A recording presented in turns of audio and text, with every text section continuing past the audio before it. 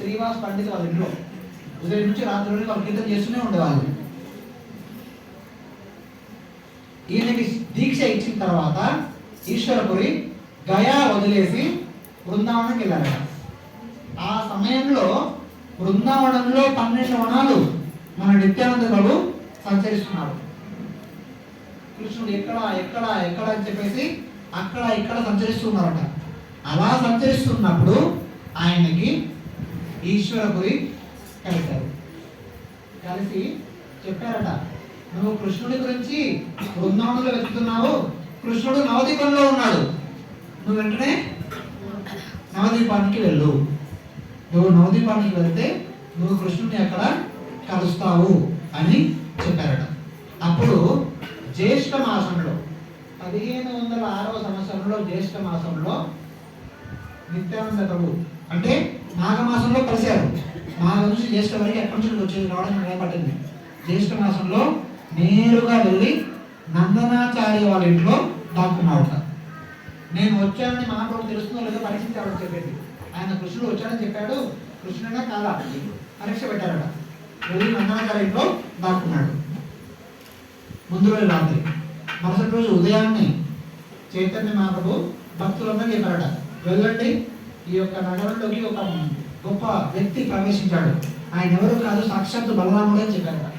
వాళ్ళందరూ వ్యక్తి అన్ని చోట్ల వెతికారట, ఎక్కడ కనిపించలేదు. తర్వాత మహాప్రభు స్వయంగా భక్తులందరినీ తీసుకెళ్ళి నందనాచార్య వాళ్ళ ఇంటికి తీసుకెళ్లారట. అక్కడ నిత్యానంద ప్రభుని కలిశారు చైతన్య మహాప్రభు.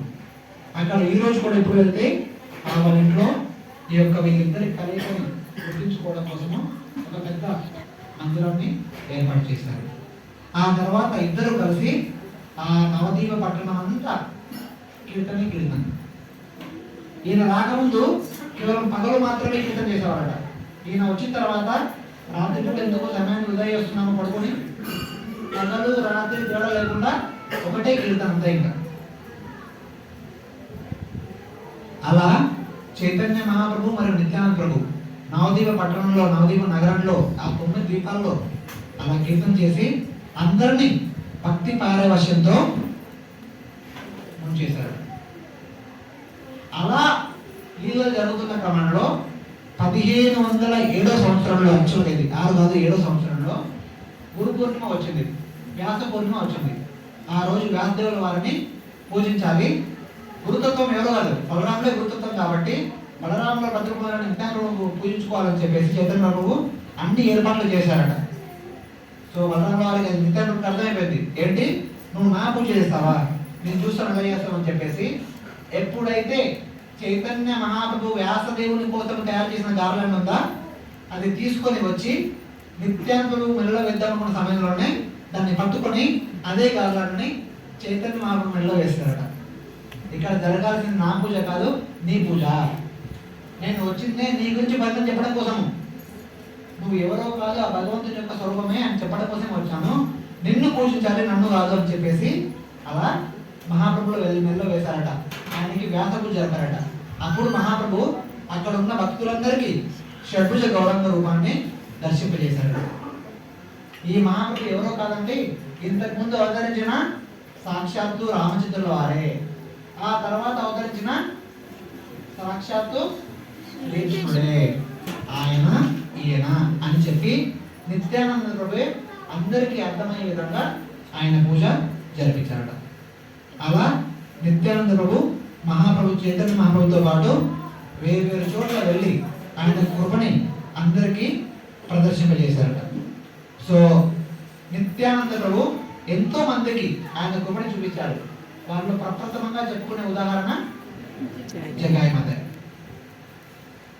తనని కొట్టినప్పటికీ కూడా వాళ్ళకు కూడా చైతన్య కృప రావాలని చెప్పేసి జగాయి మాదాయి లాంటి పాపాత్ముడు సైతం చైతన్య మహాప్రభు యొక్క కృప వల్ల శుద్ధ భక్తులు అయితే సాధారణ వ్యక్తులు కంపల్సరీగా భక్తులు అవ్వచ్చు అనే విషయాన్ని మనందరికీ అర్థమయ్యేలా చెప్పడం కోసము నిత్యానంద ప్రభు వాళ్ళ చేతి దెబ్బలు తిని కూడా వాళ్ళు శుద్ధ భక్తులుగా మార్చారు. ఆ తర్వాత రఘునాథ్ దాస్ గోస్వామి, రఘునాథ్ భక్తుడు కావాలని కోరిక, కానీ వెళ్ళలేడు. ఇంట్లో తల్లిదండ్రులు ఆయన పెళ్లి చేశారు, ఆ యొక్క పూజ సంపదకి ఆయన ఒకే ఉత్తరాధికారి. కానీ నిత్యానందుడు కృప వల్ల ఆయన ఇల్లు వదిలేసి జగన్నాథ్పురి వెళ్ళి మహాప్రభు యొక్క శుద్ధ భక్తుడుగా మారిపోయారు. 6 గోస్వాములలో ఆయన ఒకరుగా అయ్యారు.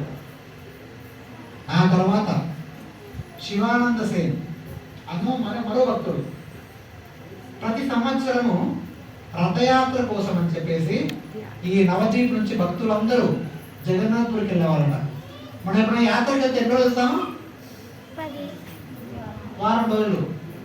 ఎక్కువలో ఎక్కువ ఎన్ని రోజులు వెళ్ళాము యాత్రకి? 15 రోజులు. అందులోనే అరే ఇంటికి ఏమైపోయామో, ఉద్యోగం ఏమైపోయామో, ఇది ఏమైపోయామో, అదే అనుకున్నాం కదా. కానీ ఆ సమయంలో ఈ యొక్క నవద్వీప్ ప్రాంతంలో ఉన్న భక్తులందరూ జగన్నాథ్పురికి 4 మాసాలు వచ్చేవాళ్ళ. ఒక రోజు 2 రోజులు కాదు, 4 మాసాలు. అలా వస్తున్నటువంటి ఆ భక్తులందరికీ కావాల్సిన ఏర్పాట్లన్నీ శివానందని చూసుకునేవాళ్ళు. ఒకసారి ఒక చిన్న ఏర్పాట్లో తప్పేమైతే వెంటనే నితాంత లోపల తమ్మేశారట. మిగతా వాళ్ళు ఏమనుకున్నారంటే అరే ఇదేంటి చిన్న మిస్టేక్ కదా ఏమవుతుందని చెప్పేసి. కానీ శివసేన ఏమిటంటే ఇది మిస్టేక్ వల్ల కాదు, నేను చేస్తున్న సేవ ఇంకా బాగా చేయాలని చెప్పేసి మహాప్రభు తను మెరిసి ఇస్తున్నారు. ఎందుకంటే నా శక్తులను చేయలేకపోతున్నాను, నాకు ఇంకా కృప కావాలి, అందుకే మహాప్రభు తన కృపని నాకు ఇస్తున్నారని చెప్పేసి తన కాళీ స్పర్శ ద్వారా నన్ను ఎంపవర్ చేస్తున్నారు అని చెప్పేసి శివానంద చెప్తారట. ఇలా ఆయన ఎంతో మందికి తన యొక్క కృపనిచ్చి అందరినీ భక్తి మార్గంలో తీసుకొచ్చారు. తను చైతన్య మహాప్రభుతో పాటు జగన్నాథ్పురిలో ఉండాలనుకున్నారు. కానీ మహాప్రభు ఏం చెప్పారు, నువ్వు ఇక్కడ ఉండొద్దు, నువ్వు పూరి ఒడియాకి వెళ్ళేసి ఒడియాలో ప్రచారం చేయని చెప్పారట. ఒడియా వెళ్ళమని చెప్పిన తర్వాత ఒడియాకి వచ్చిన తర్వాత ప్రచారం చేయాలంటే అక్కడ అందరితో పాటు ఒకటిగా ఉండాలి. ఇప్పటివరకు ఆయన ఎలా ఉన్నారు? అవధూతంగా ఉన్నారు, ఎవరికి సంబంధం లేకుండా. ఇప్పుడు అందరిలో కలిసిపోవాలంటే, అందరిలాగా ఉండాలంటే వివాహం చేసుకోవాలి. ఆయన అప్పుడు వివాహం చేసుకున్నారట. ఇద్దరితో వివాహం అయిందంట. జాహ్నవాదేవి మరియు వసుధ, వాళ్ళిద్దరూ సూర్యదాత సరికేల అనేటువంటి ఒక బ్రాహ్మణుని యొక్క కుమార్తెలు. వాళ్ళిద్దరిని వివాహం చేసుకున్నారు. వాళ్ళకి ఒక కుమారుడు కూడా పుట్టాడు. ఆయన పేరు వీరచంద్ర. వీరభద్ర అసలు వీరచంద్ర కొడుకు పేరు వీరచంద్ర. సో అలా వసుధాదేవికి కొడుకు పుట్టాడు. వసుధాదేవి ఏదో కారణం వల్ల త్వరగా చనిపోయింది.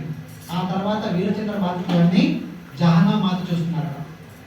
జాహ్నా మాత నిత్యానందుడు వెళ్ళిపోయిన తర్వాత ఆయన యొక్క భక్తి ప్రచార ఉంది కదా, ఉద్దేశం ఉంది కదా, దాన్ని తనే స్వీకరించి తను ఒక శ్రీమూర్తి అయినప్పటికీ కూడా నిత్యానందుడు లాగా పలు చోట్ల ప్రయాణం చేసి భక్తిని 4 దిశలా వ్యాపింపజేసింది.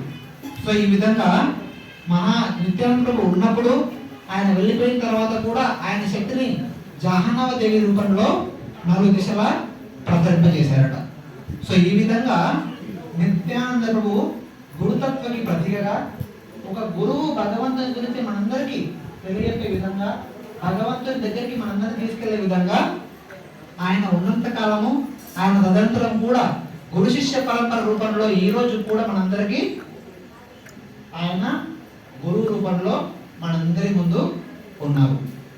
మనం చూసే ప్రతి గురువు ఉన్నారు కదా, వాళ్ళందరూ ఎవరో కాదండి, నిత్యానందుడు యొక్క ప్రతిరూపాలే, నిత్యానందుడు యొక్క అంశలే. అలా ఎవరికైనా సరే ఇలా కృష్ణ బలరాములతో పాటు కూర్చొని భోంచేయాలనుకుంటే, అలా ఉంటే కనుక వాళ్ళతో పాటు ఆ భగవంతుని నిద్రలో భాగాన్ని పంచుకోవాలనుకుంటే కనుక నిత్యానందుడు యొక్క శరణం తీసుకోవాలి. ఆయన కృప లేకుండా శ్రీకృష్ణుడిలో మనం ఎప్పటికి కూడా ప్రవేశించలేము. ఆయన కృప కావాలంటే ఈ రోజు మన చుట్టూ ఉన్నటువంటి వైష్ణవులు ఉన్నారే, వాళ్ళందరినీ గురువులుగా భావించి వాళ్ళందరి కృపని పొందాలి. ఎందుకంటే మన చుట్టూ ఉన్న ప్రతి వైష్ణవుడు కానీ వైష్ణవురాలు కూడా ఏదో ఒక రకంగా బలరాముని యొక్క ప్రతిరూపాలే, నిత్యానంద ప్రభు యొక్క ప్రతిరూపాలే. అందుకే మనం ఎవరినందరూ ఏమంటాము? ప్రభుజీ, మాతాజీ అంటాము. ఎందుకు? వాళ్ళందరినీ మనకంటే ఎక్కువగా పరిగణిస్తూ, అలా ఎక్కువగా పరిగణించడమే వాళ్ళందరిలో మనము నిత్యానంద ప్రభుని చూడడమే. వాళ్ళందరి యొక్క ఆశీర్వాదం ద్వారా, వాళ్ళందరి యొక్క కృప ద్వారా ఈ యొక్క హరినామ సంకీర్తనలో భాగం పంచుకొని నెమ్మదిగా అంచెలంచెలుగా ఎదుగుతూ ఆసక్తి, భావ, ప్రేమ స్థితికి వచ్చి ఆ భగవంతుని యొక్క నిత్యలీలలో నిత్య సేవ చేసుకునే అవకాశాన్ని మనము పొందగలం. అది నిత్యానంద ప్రభు యొక్క ఆవిర్భావానికి ఉన్న ముఖ్య ఉద్దేశం. ఈ విధంగా కొన్ని మాటలు చెప్పాలని చెప్పేసి చిన్న ప్రయత్నం చేశాను. ఆయన గురించి ఎక్కువ చెప్పలేదు. ఆయన గురించి మిగతా వివరాలు రేపటి నుంచి మొదలుకొని గౌరవపూర్ణ వరకు ఇక్కడ ఉన్నటువంటి మన భక్తులు మనకి ఎన్నో రకాలుగా త్వరగా